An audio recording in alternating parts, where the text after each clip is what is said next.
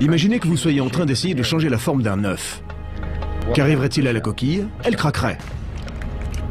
C'est ainsi que lorsque nous regardons la surface d'Europe, nous voyons des lignes qui indiquent presque certainement l'emplacement de fissures.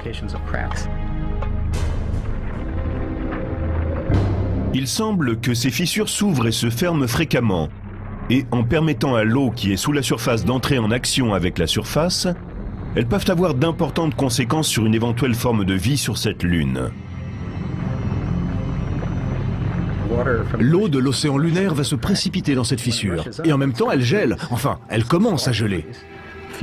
Quelques heures plus tard, quand la fissure se referme, elle presse cette eau gelée et de la neige fondue remonte à la surface.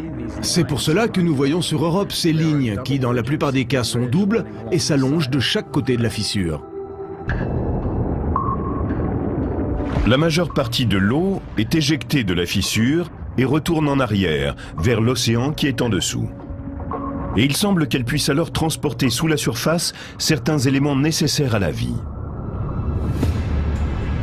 Au-dessus de la glace qui couvre Europe, on trouve de l'oxygène. Il a été séparé de l'eau lorsqu'elle était sous forme de glace, par des particules chargées par le champ magnétique de Jupiter. La surface d'Europe semble de plus abriter des composants organiques qui viennent de comètes et de morceaux de comètes. Voici encore un ingrédient important pour la vie.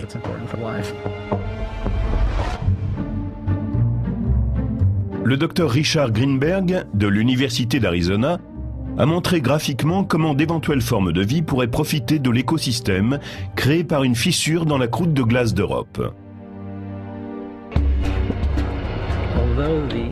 L'atmosphère extérieure de la planète ne serait pas bénéfique à des formes de vie, à cause de la radiation.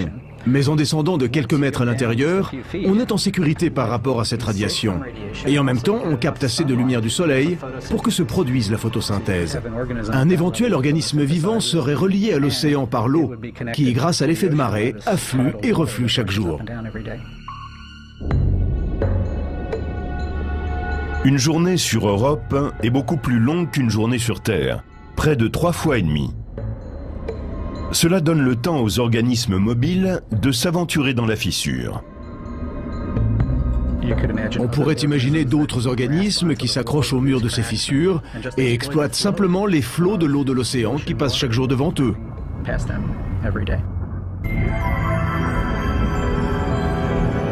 Toutes les créatures semblables aux mollusques et aux méduses pourraient s'élever avec l'eau dans les fissures pour recueillir à la surface des nutriments frais.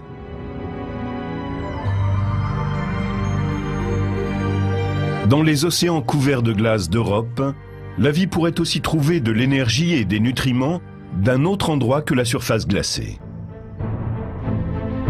Il est possible que la chaleur résiduelle du cœur de cette lune ait fait naître des évents hydrothermaux sous-marins. Sur Terre, ce type de système abrite de multiples formes de vie exotiques. Ce qui se passe, c'est que l'eau qui est très chaude et contient beaucoup de métaux lourds passe à travers l'eau du sol et est injectée dans l'océan même. Il y a là beaucoup de composés chimiques dont la vie peut se nourrir. Cette source chimique d'énergie permet l'existence d'immenses populations de bactéries et de très petites formes de vie. Il y a tout un écosystème, une chaîne de nourriture, qui permet à différentes sortes de poissons et de vers de prospérer dans ces endroits. Depuis quelques années, on discute de l'opportunité d'envoyer sur Europe un vaisseau qui pourrait pénétrer la glace et prouver la présence de vie. Mais Richard Greenberg, un expert de cette lune, pense qu'il serait possible de découvrir des signes de vie sans pénétrer la glace. Si nous envoyons un vaisseau spatial sur Europe pour chercher la vie, cela pourrait être assez facile d'y arriver, plus facile qu'on ne l'imagine généralement. On s'est essentiellement posé les questions suivantes. Comment faire pour traverser ces kilomètres de glace? Pour descendre au fond des océans? Comment percer la croûte glacée? Ou la faire fondre pour passer au-delà? Mais ce ne sera pas nécessaire. Si l'on arrive à se poser à un endroit où le matériau, que ce soit sous forme de liquide ou de glace, est remonté récemment de l'océan, on pourrait y trouver des traces d'organismes. Ou bien, si l'on peut se poser intelligemment dans un endroit actif, on pourrait y prélever des échantillons d'eau océanique réellement fraîche. Selon certains, le risque dans ce cas serait de contaminer la lune glaciaire. Si des micro-organismes s'embarquaient clandestinement dans un vaisseau qui atterrirait à la surface d'Europe et qu'ils trouvent leur chemin dans l'eau liquide, nous pourrions plus tard nous rendre compte que la vie que nous aurions cru avoir découverte sur Europe viendrait de chez nous. Mais il existe une autre lune éloignée, quelque part ailleurs dans notre système solaire, qui ne risque pas d'être contaminée par nous, tant la vie y serait différente.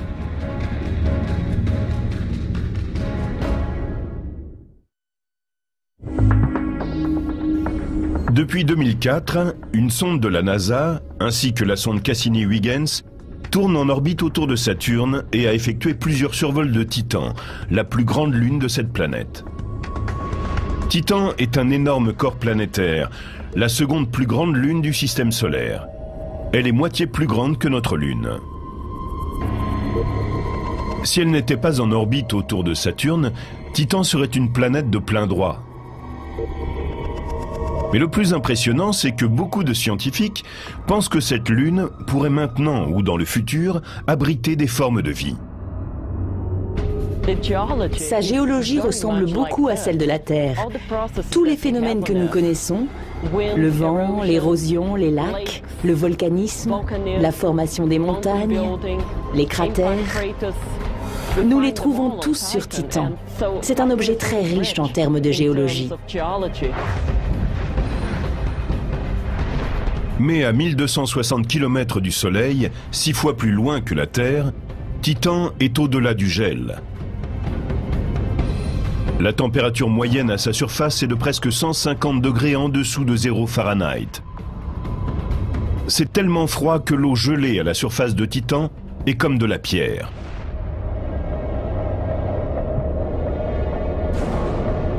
Les pierres de cette photo prise par la sonde Huygens sont en fait de l'eau. Il y fait tellement froid que les hydrocarbonés comme le méthane et l'éthane, qui sont à l'état de gaz sur Terre, sont à l'état liquide à la surface de Titan. L'orbiteur Cassini en a aperçu au cours de son vol. Nous voyons ce qui semble être du matériau organique à la surface. Et nous voyons aussi de vastes étendues de liquide. Mais ce n'est pas de l'eau. C'est du méthane, dans lequel est peut-être dissous de l'éthane. Il y a d'immenses lacs, de la taille de petites mers.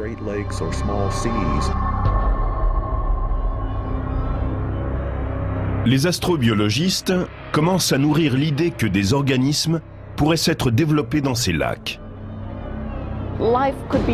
La vie y serait très particulière. Nous avons pensé à la vie en termes d'eau et d'eau liquide. Mais pourrait-il y avoir de la vie dans les hydrocarbonés liquides? Peut-être. La vie sur Terre existe dans certains endroits très difficiles, où vous ne vous attendriez pas à trouver de la vie. Et nous appelons ces organismes extrémophiles. C'est parce qu'ils aiment vivre sous des conditions extrêmes. Par exemple, nous sommes ici sur le lac Mono, un lac très alcalin où l'on a trouvé des extrémophiles.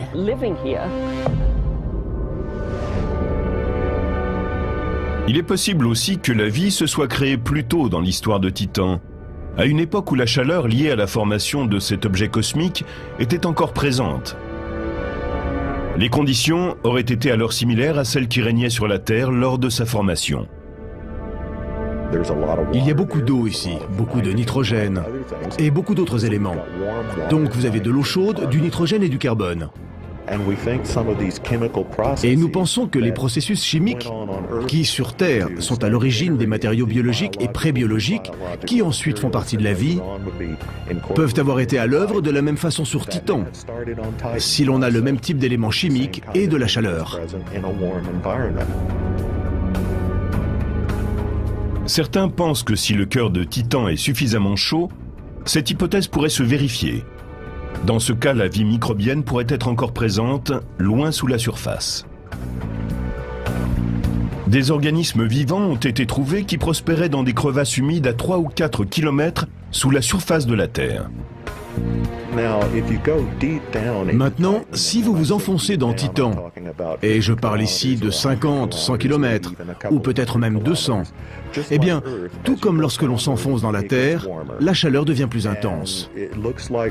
Et il semble aussi que sur Titan, il y ait des éléments mélangés à l'eau, comme par exemple de l'ammoniac, qui peut agir comme un antigel. Et nous savons que l'eau, sous sa forme liquide, est un excellent médium pour toutes sortes de réactions chimiques, y compris celles qui produisent des acides aminés et d'autres substances chimiques prébiotiques. Pourtant, à l'heure actuelle, malgré tout, on ne peut guère observer Titan de près. Cette lune de Saturne est dissimulée par son atmosphère dense de nitrogène et de méthane. Le vaisseau spatial Cassini est équipé d'un spectro-imageur à infrarouge. Mais les images prises sous une longueur d'onde visible sont généralement plus utiles pour les analystes. Il faut en quelque sorte contourner cette atmosphère opaque qui altère notre vision de la surface.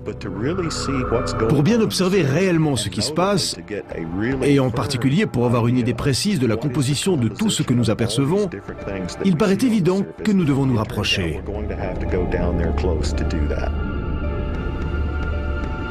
La sonde européenne Huygens s'est posée sur Titan et a envoyé des images vers la Terre, mais elle ne peut se déplacer à la surface. Se poser sur une planète vous donne une avance formidable en termes de science. Mais il ne s'agit que d'un point sur la planète. Que connaîtrait-on de la Terre en atterrissant dans le désert du Sahara, par exemple? On ne verrait pas quelle est la vie ici. Pour explorer les vastes espaces de Titan, on pourrait utiliser un appareil qui travaillerait un peu comme les ballons d'air chaud que nous avons sur Terre.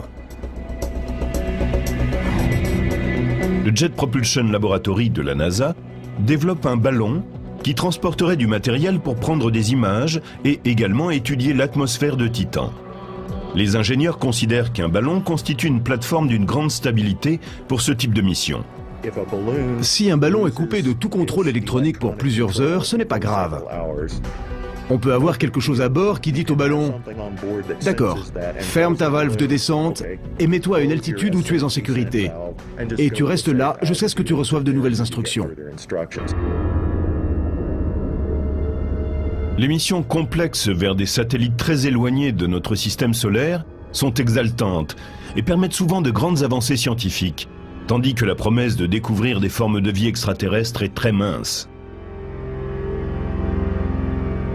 Il y a plus d'espoir de trouver une vie intelligente et génératrice de technologie quand on regarde au-delà du système solaire, vers les étoiles voisines.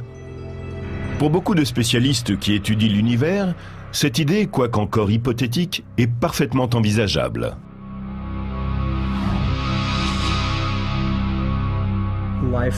La vie tend à évoluer pour rencontrer de plus en plus de succès. Et il semble que sur Terre, une des choses qui permettent aux organismes de réussir, ce soit de devenir intelligents. Donc il me semble fort possible qu'il y ait des créatures dotées d'une certaine forme d'intelligence sur d'autres planètes. Si l'une de ces formes de vie a débuté des milliards d'années avant le système solaire, elle a peut-être pris 1 milliard d'années de plus que nous pour arriver au même point. Mais maintenant, c'est le bon moment. Et les terriens sont à l'écoute tout autour du globe avec leurs radiotélescopes. Oh, well, howdy doody, boys and girls! Nous envoyons des signaux dans le vide depuis des décennies. Toutes les émissions, toutes les ondes radio FM, toutes les transmissions télévisées partent vers l'infini pour l'éternité. Quelqu'un, quelque part, pourrait-il les entendre ? Et combien de temps faudrait-il à nos signaux radio pour couvrir la distance ?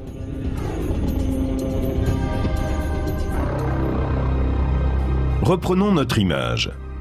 Le Soleil est une bille sur le trottoir de Manhattan. Alpha du Centaure, l'étoile la plus proche, est une bille sur le trottoir de Washington. Une étoile plus lointaine sera une bille placée à Rio de Janeiro. Une fusée lancée depuis la Terre, le trottoir de Manhattan, mettrait 75 000 ans pour atteindre Alpha du Centaure, celui de Washington. Et la même fusée, aurait besoin de 2 millions d'années pour atteindre Rio, une étoile située à 100 années-lumière de là.